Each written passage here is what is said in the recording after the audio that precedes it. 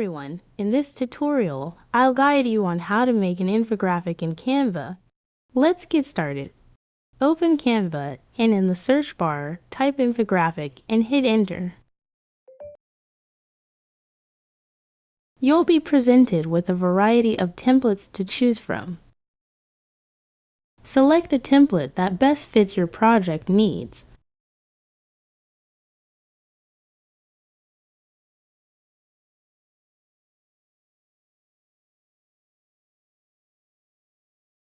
Next, click on Customize this template to begin editing. Customize the infographic according to your requirements. You can change the background color by clicking on it. To edit text, simply double-click on it and make the necessary changes.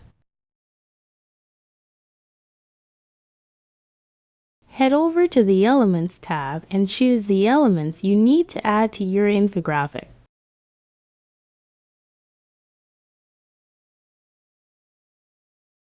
And there you have it. Your infographic is ready to be shared or downloaded.